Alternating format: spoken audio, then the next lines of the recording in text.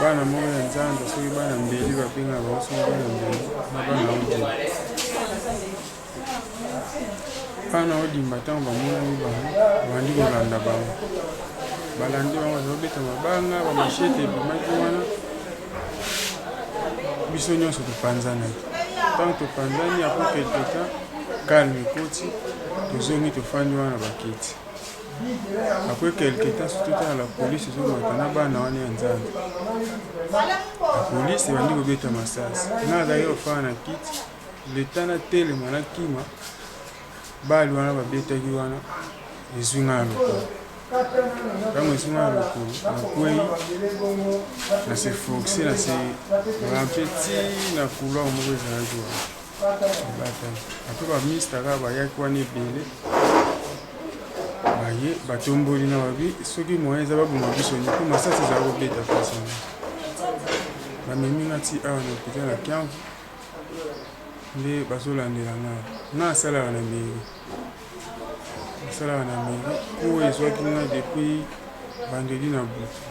nalalaki mpe na mosala nayaki kaka vendredi wana ba 11 nakomaki ndako pokwa nango yango mamu nyonso esalema.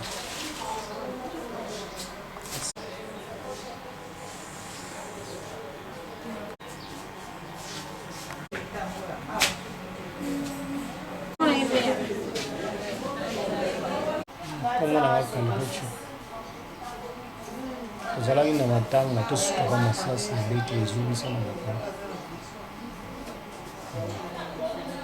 tosenga bamikondi basunga biso po masasi wana eza leta so tofanaki na biso bamamolekaka tofanaki na biso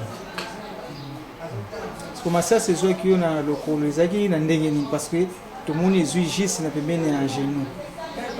ezalaki ya kotelema ozokima to ya kovanda babetaki na likolo tolingi tokima ezubisa.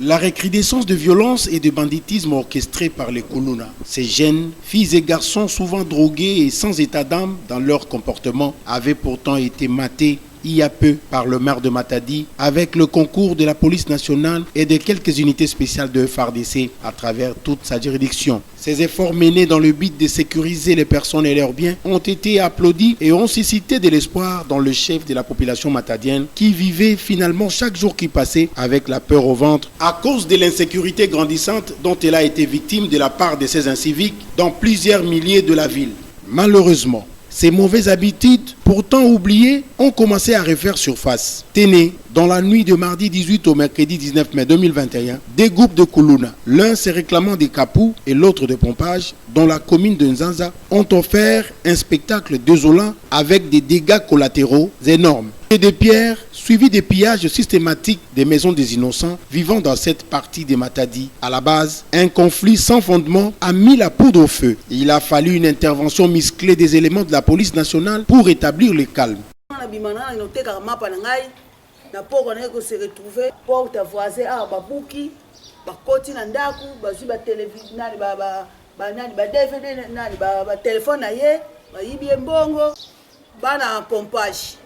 Bana pompage bakoti na kata ndako bayibi biloko bapandi ndako bapandi porte na machete yango ndozo senga bakonja mboka ntuka likambo ya bakuluna balukela biso solution neti nga nazala nga femme veuve na ngena ko se débrouiller na nga pana zo mo eloko obikela mais sikono balo bimaka ndenge ni kipwaza dimelo 28 lobi ba ko beta biso ba nani ba mabanga awa babomi biso bandako batolo kaka batolo oyo bapasuli yango wana ezosala biso soki seti bitolo eza ya kopasuka awa toza na kimia te na quartier yango donc moya kobima kutu libanda ezaki moya kutu kobima ta tokende nzanza tomata pompachi eza te do bazokale biso yango wana tobengi nande bakonzi ya mboka baya mpo baya kotia kimia na kati ya quartier oyo.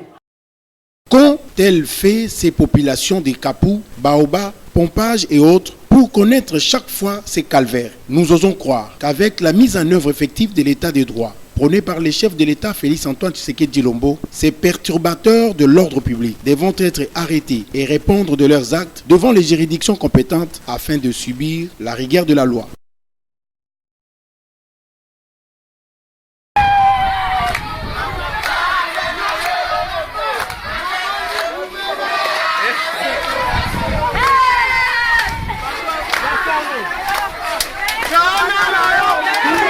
Après avoir endommagé et pillé les maisons des paisibles citoyens habitant Kapou et Pompage dans la nuit de mardi 18 au mercredi 19 mai, les jeunes délinquants et incontrôlés qui ne ménagent aucun effort pour terroriser sous toutes les formes leurs compatriotes déjà dépassés, voire préoccupés par la situation socio-économique de l'ère, ne se sont pas arrêtés mi-chemin. Dans la mi-journée du même mercredi 19 mai, voici comment le vandalisme et la violence de ces Koulouna ont transformé le petit marché de Pompage à un autre terrain d'affrontement. Plusieurs vendeuses et vendeurs ont perdu méchamment leurs marchandises acquises, souvent au prix de sacrifices. Une situation déplorable, surtout lorsqu'on imagine dans quelles circonstances et conditions ces mamans se débrouillent pour soutenir leur foyer et faire face à la basse conjoncture du moment.